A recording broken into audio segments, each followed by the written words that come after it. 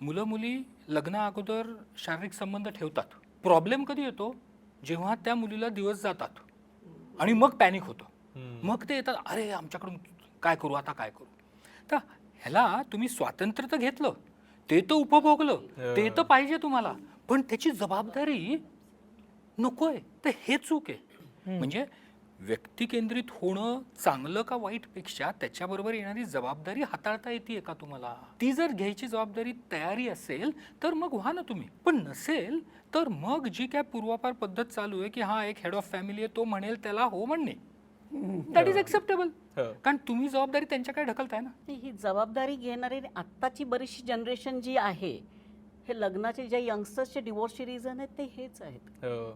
पहिले अगदी कोर्टशिप त्यांची 3-4 वर्षाची असते, लग्न करतात आणि रिस्पॉन्सिबिलिटीज जेव्हा ॲक्च्युअलमध्ये एकत्र राहतात आणि रिस्पॉन्सिबिलिटीज घ्यायला चालू होतात, तेव्हा मग एक पार्टी कुठली तरी रिस्पॉन्सिबिलिटी अजिबात घेत नाही आणि मग त्याच्यातून वाद होतात आणि त्याच्यातनं it leads to family court.